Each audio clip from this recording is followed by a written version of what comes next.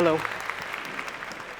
I'm here to talk to you about the ways in which a contemporary ballet company was able to convene state and local officials and a community in a dialogue about the Holocaust, about genocide, about human rights, and about bullying. I am the artistic director of a ballet company in Austin, Texas called Ballet Austin, about 3 hours south of here. And I am not only the artistic director, but I'm a choreographer. I'm an artist. I make dance works for the dancers to perform. And I know we all remember where we were on the events of 9/11. I know we all have our individual ways of feeling about what happened on that day. As an artist, I had always been intrigued by stories, and I was making a ballet at the time, which in the middle of it, the event happened, and I had to continue on with this ballet.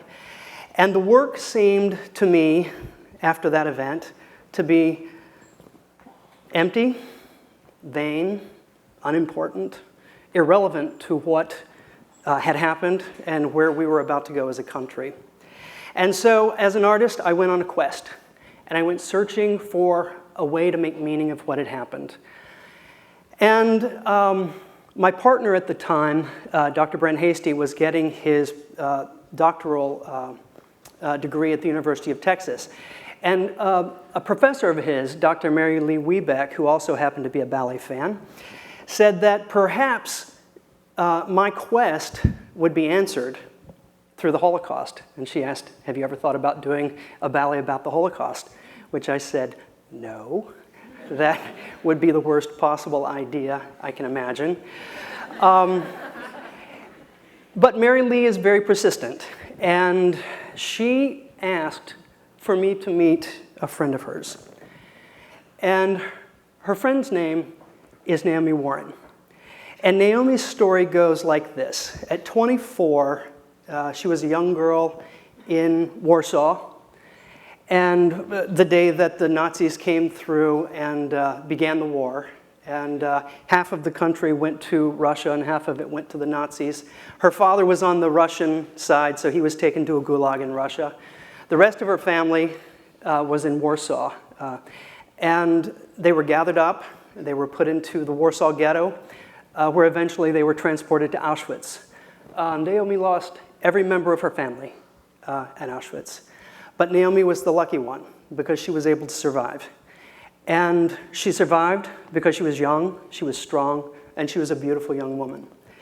She went on to survive Bergen-Belsen and Ravensbrück as well. She was eventually liberated by the British. She immigrated to England and then eventually ended up in Houston, where she married and she started a family and became a very successful businesswoman importing Danish hams to sell to H-E-B. Not very kosher. So I agreed to meet with Naomi. I mean, how would you not? And so we met, and I told her a little bit about myself, and she relayed this story and other stories, which were very graphic and very heartbreaking. And then she turned to me and she said, I know you're reticent about doing this project, but you really must do it. And I started to talk about, the reasons I couldn't. I'm not Jewish. I didn't have anybody that served in World War II. I don't really have an education in the Holocaust. What do I know about it? And worst of all, who am I to co-opt somebody else's story, particularly a story as profound as that? And she said that because I had the platform, that's why I did have to tell the story. I had a stage, I had a craft, I could do this. And she impressed upon me the fact that not only could I do it, that I was responsible to do it. So I'm doing a ballet about the Holocaust. So after I left that meeting, I determined that if I was going to be successful, I was going to have to educate myself as much as possible. So I spent 1 week at the Holocaust Museum of Houston studying with scholars from the National Museum in DC. I interviewed 15 Holocaust survivors and studied in their core. Then after that week, I spent 3 weeks in Eastern Europe, where I visited various camps. This is Treblinka, one of the most notorious of all the camps. Treblinka as well. And along the way, you could see artistic representations that people had put up, memorials to the survivors. This is Auschwitz, the one and only gas chamber in Auschwitz. This door I went through, I not only wanted to know the history, the physical history of what happened, but the psychic energy as well. So I took myself into this space. No one was there. We were there very early in the morning. And I walked to the very back of the chamber, and I sat down on the floor. The walls were this incredible, beautiful cobalt blue, but it was a result of the gas being poured into the chamber. And I sat there because I wanted to know what it was like. What were these people feeling as they were coming into this room, unsuspectingly? You know, many families were lost. So Auschwitz, Theresienstadt, which was the camp where they put political prisoners and all the artists in Prague, Sachsenhausen, where they housed political prisoners and homosexuals, Birkenau, which was the major part of Auschwitz, the larger outgrowth of that, and Majdanek.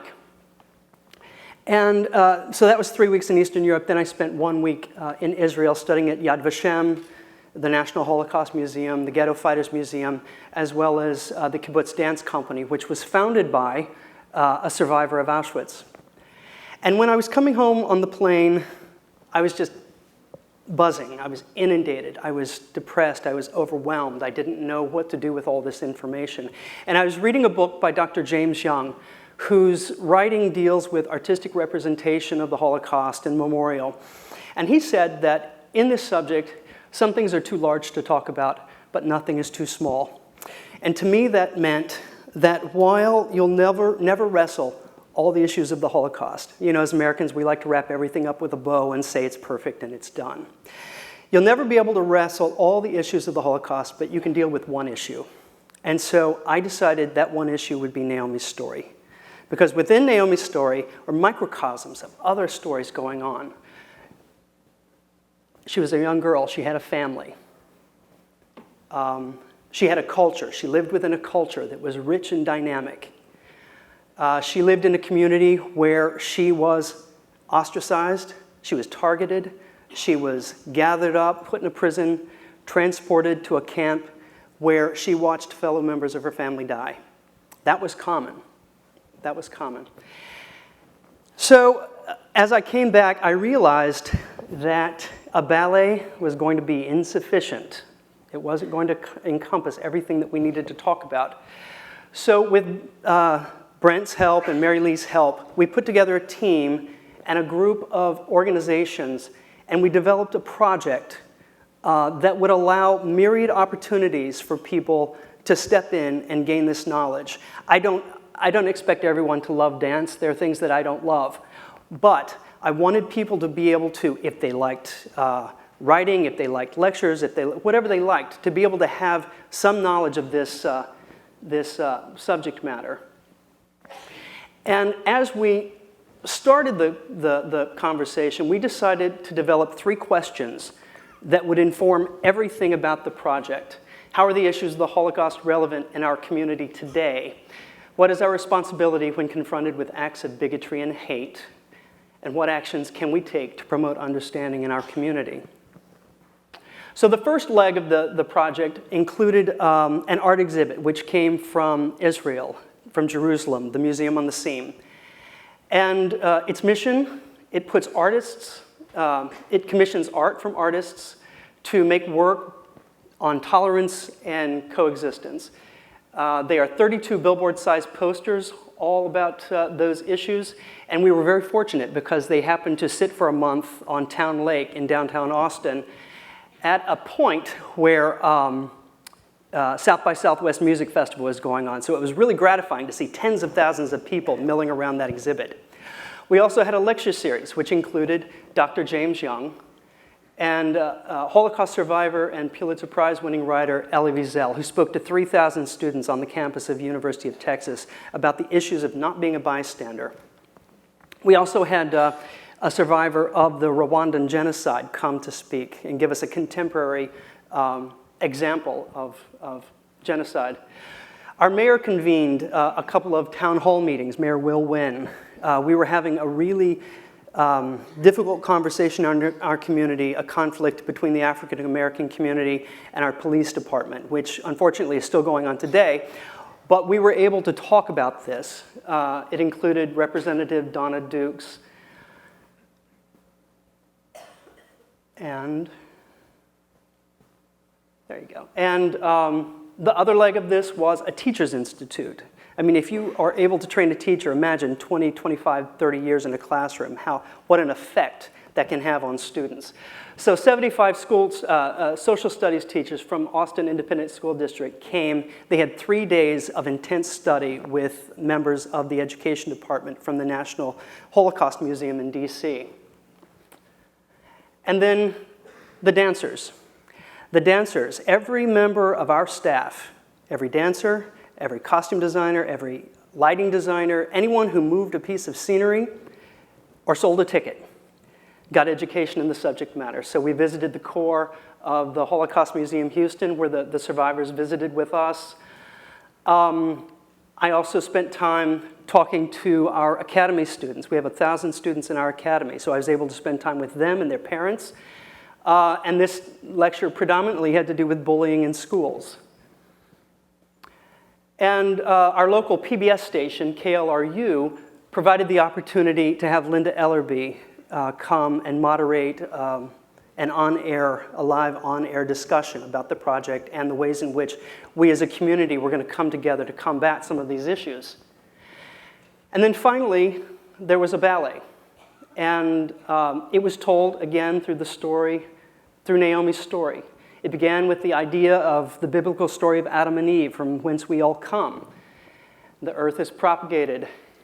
There's ritual. We all have families. We all get married. We all have children.